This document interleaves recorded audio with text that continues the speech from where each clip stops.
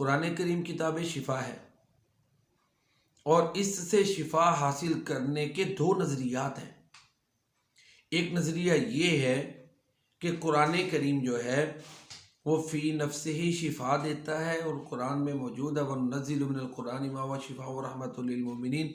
इसमें अल्लाह ताला ने शिफा रखी हुई है और ये शाफ़ी है, इससे शिफा मिल जाती है। और दूसरा नज़रिया ये है कि कुरान करीम उस वक़्त शिफा देगा जब कोई नेक बुज़ुर्ग बताएगा कि इसको कैसे करना है। कुरान करीम से शिफा हासिल करने के तरीके प्यारे नबी सल्लल्लाहु अलैहि वसल्लम ने बता दिए। तो ये दो नज़रियात हैं। इसको एक और मिसाल से समझिए।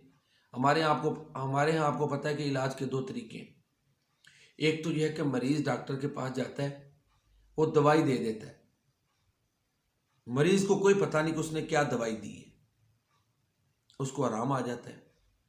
दूसरा तरीका ये है कि डॉक्टर मरीज़ को चेक करता है, चेक करने के बाद उसको दवाई लिख देता है कि जहाँ से मर्जी जाके ले लो, दवाई भी बता देता है। दोनों तरीके राइज हैं। इसी तरह कुरान करीम से शिफा हासिल करने के भी दोनों तरीके राइज हैं। कुछ लोग, कुछ उलमा, कुछ बुजुर्ग हजरात वो जो है ना वो दम कर देंगे या बता देंगे, लेकिन अपना जो नुस्खा है उसको खुफिया रखेंगे। और कुछ लोग ये कहते हैं कि भाई ये कुरान की आयत है, ये पढ़ो, जो भी पढ़ेगा उसको शिफा मिलेगी।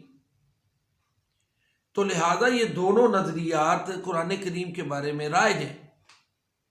फिर कुछ लोग तो इस हद तक आगे चले गए हैं कि जब तक किसी बुजुर्ग से, आमिल से पूछ ना लें कि ये कुरान की आयतों को कैसे पढ़ें, तब तक वो पढ़ने के हक में भी नहीं है। ये बात ज़हन में रखें कि जो कुरान करीम की आयात और आद या दुआएं हमारे प्यारे नबी सल्लल्लाहु अलैहि वसल्लम ने हमें बता दी हैं कि सुबह के वक़्त ये पढ़ो, शाम को ये पढ़ो, सोते वक़्त ये पढ़ो, जब अल्लाह के नबी ने बता दी हैं और हमें वो कुरान करीम में सही कुतुब हदीस में महफूज मिलती भी हैं और वो सही हदीस में है, तो अल्लाह के नबी सल्लल्लाहु अलैहि वसल्लम के बताने के बाद अब किसी और की रहनुमाई की ज़रूरत नहीं है। जब कोई ये बता दे आलिम कि ये अल्लाह के नबी ने ये दुआ इस वक़्त पढ़ी और ये तरीका बताया और इससे ये फ़ायदे हासिल होंगे, अब एक मुसलमान का यकीन हो जाना चाहिए कि जो भी मुसलमान ये दुआ पढ़ेगा अल्लाह ताला उसको ये फ़वाइद अता फरमाएंगे। तो लिहाजा कुरान करीम के बारे में, उससे शिफा हासिल करने के बारे में दो नज़रियात हैं। जबकि कुरान करीम के बारे में हमारे कुछ लोगों ने ये लाजमी बनाया हुआ कि नहीं, फलां बुजुर्ग ही देगा तो बताएगा तो फिर ही शिफा हासिल होगी। ये अपना जो है ना, ये क्या सोच दुरुस्त है कि नहीं, ये खुद तज़िया कर सकते हैं। कुरान करीम हम जब से नाजिल हुआ तब से किताब शिफा है। लाखों लोग चले गए जो उससे शिफा हासिल करते थे, अब भी कुरान करीम शिफा दे रहा है।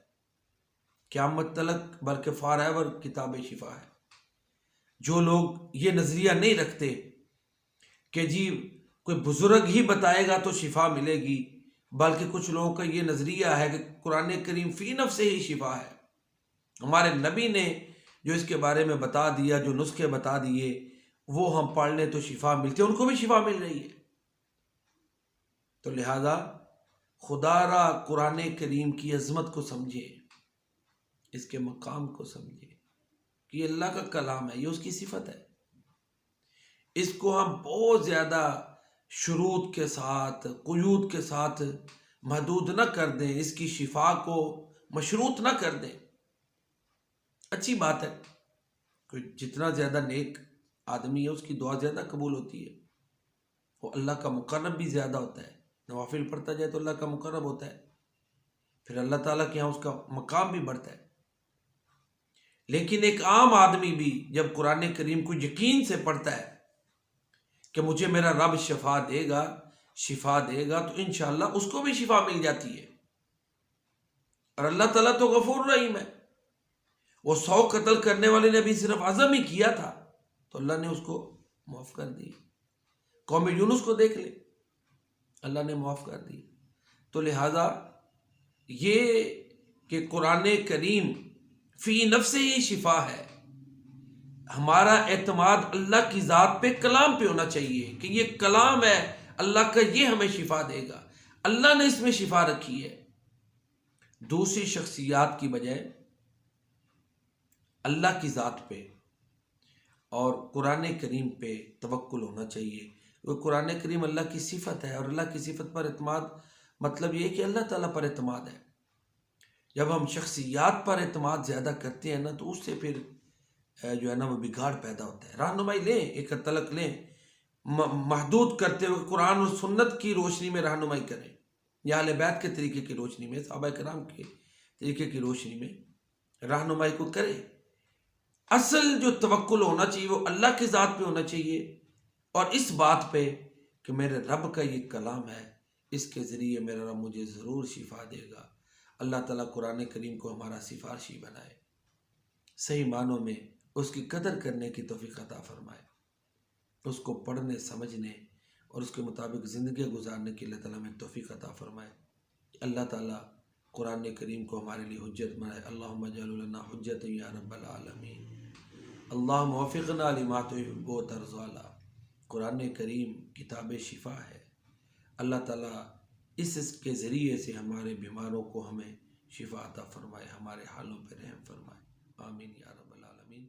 अस्सलामु अलैकुम।